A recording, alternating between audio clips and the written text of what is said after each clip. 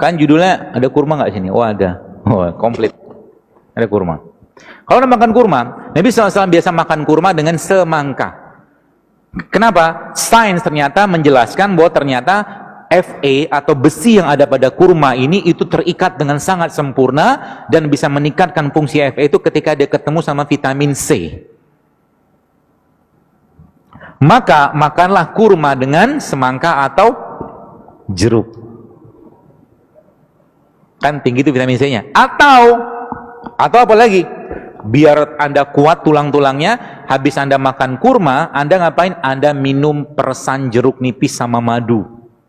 Wah, you are strong man lah. Minum itu. Vitamin C dapat, enzim dapat, semua dapat. Dan perkasa luar biasa. Kenapa? Ada besi di sini. Kuat kita nanti. Dan jangan berlebihan. Termasuk ibu-ibu yang mau hamil atau sedang hamil, makan kurma boleh nggak? Boleh. Tiap hari. Tapi hanya 7 butir itu cukup.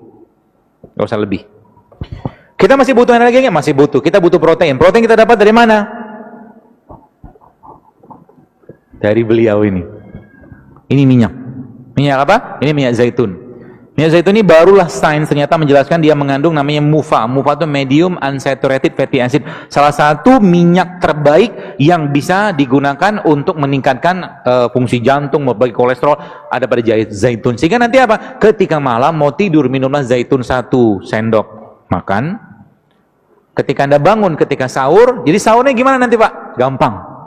Sahurnya gimana? Anda minum infus kayak beginian, Anda makan kurma 3 butir, minum ini satu botol. Bagus memang sudah dibatasin ya, biar nggak roaming. Minum ini 1 sendok makan, udah cukup buat energisnya. Habis itu ngapain? Doa banyak-banyak. Kan sahur harusnya banyak doa. Ya Allah, kuatkan aku hari untuk beribadah, kuatkan baca Quran ya. Teman-teman kemarin ada lihat postingan saya tentang Ramadan nih. Kalau bisa jadikan Ramadan terbaik, paksain diri Anda. Kalau bisa 1 hari tembus 10 juz. Bisa nggak? Bisa, cuma butuh 5 jam kok. 1 juz itu kira lebih setengah jam lah kalau Anda baca lancar. Katakanlah agak sedikit belepotan, 40 menit lah. 40 menit katakanlah kali 10 ya kurang lebih nggak ada 6 jam, 5-6 jam something lah cuman. Push yourself, sebab apa? Ibadah itu kalau nggak dipaksain sampai bila-bila masa, kata orang Malaysia bilang, nggak bakal bisa. Sampai mati pun kalau kita nggak maksain tahajud, nggak bakal bisa. Serius. Sampai kapanpun kalau kita nggak maksain sholat duha, 12 rakaat, nggak bakal bisa. Serius. Ibadah itu kudu dipaksain. Apalagi Ramadan, pahalanya luar biasa besar. Yang biasa sedekah sekarang 10.000, goceng gitu kan. Ramadan, paksain sedekah yang besar gitu kan.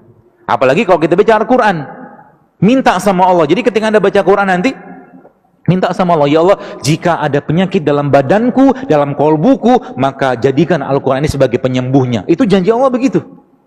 Maka apa yang terjadi? Subhanallah, Al-Quran akan merontokkan radikal bebas kalau bahasa saya. Radikal bebas di mana? Radikal bebas di dalam kolbu kita. Radikal bebas yang ada dalam aliran darah kita. Radikal bebas yang ada pada organ-organ kita. Subhanallah kan? Maka Allah katakan apa dalam Quran? Wa nunazzilu minal Quran ma huwa syifa wa rahmatul lil mu'minin. Dan kami turunkan Al-Quran itu sebagai syifa, sebagai penyembuh. Maka kita harus amat sangat yakin bahwa Al-Quran itu memang penyembuh. Syaratnya gimana? Sama ketika Anda atau seseorang sakit. 2 menit lagi ya? Habis. 1 menit deh. Ketika Anda sakit, berobat ke dokter atau mungkin berobat ke herbalis, lalu Anda dikasih obat, katakanlah, minumlah Pak ya 3 kali 5 kapsul atau 3 kali 500 miligram, nggak sembuh, naikin dosis sama dia, kan gitu.